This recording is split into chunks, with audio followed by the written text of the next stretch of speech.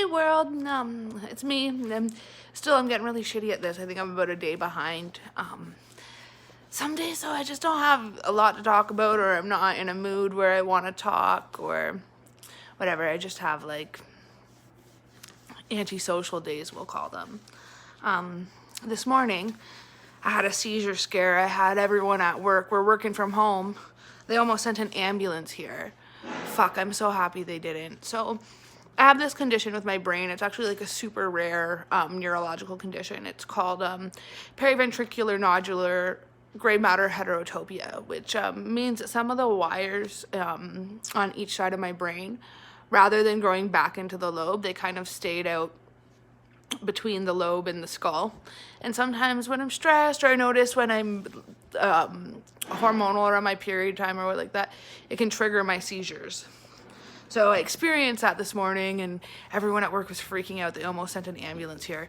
Thank God they didn't, because a lot of times when I have seizures, by the time the ambulance shows up, I'm done. Like, it's done, it's over with. I get so irritated when I have to go to the hospital because I know what's wrong with me, and it's just something that I have. Seizures are something that I'm gonna have to deal with. I fucking hate when people send me to the hospital, because then it's hours of wasted time where, you know, they're just gonna be like, oh, yeah, it's a reaction to your condition. Yeah, thanks for telling me stuff I didn't know.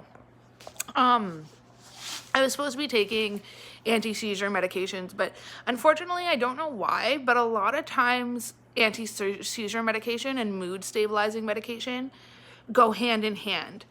And I don't know if any of you have ever taken a mood stabilizer, but they fucking suck, okay? I will say I have pretty erratic emotions. I admitted that before. Some days I'm really up, some days I'm really low, which is what wanted me to trigger these recordings. But mood stabilizers completely take any emotion from you. You feel like a fucking zombie, man. You're like, your whole day you're just spent, you're like drooling out of the side of your mouth. So I won't take them, because these seizures are not something that I even have daily. It's not like I'm dropping all the time due to this condition. They're so rare and so sporadic.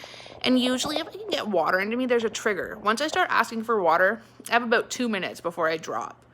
So I don't know, maybe I should be taking my medication, but I don't like to take meds. They wanted me on so many. So when they first prescribed me something, they prescribed me this drug called lamotrigine. And they wanted me, this pill was so heavy you can only take half a pill at a time for 2-week increments. And they wanted me at 6 pills in the morning and 6 pills at night. For seizures, I have maybe 3 times a year. So I refused. Finally, they prescribed me children's seizure medication, because after the lamotrigine didn't work, they offered me clonazepam. Oh yeah, let's take a benzo. Let's take something that if I take them and accidentally kill someone, I won't be held legally responsible. No, I wasn't for that, so I wouldn't took it. So they gave me a child seizure med, but I also have issues taking that too. It's hard for me to take pills every day, but that's more of a me problem than it is a doctor's problem. But you know, I feel fine. I noticed something strange. I love smoking menthol cigarettes. Menthol cigarettes seem to trigger these seizures. I have no idea why, but maybe it's time for me to quit smoking and save some money and maybe save my health a little bit.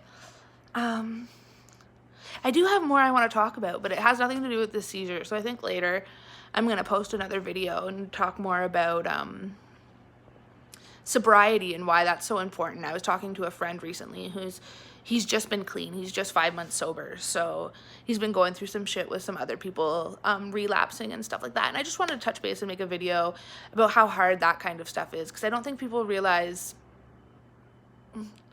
how hard sobriety can be, especially when you have tainted yourself and tried the other side, and how easy it is to escape after you've been there. But I want to talk about things you can do so that you don't end up back there. But anyways, that's it for me.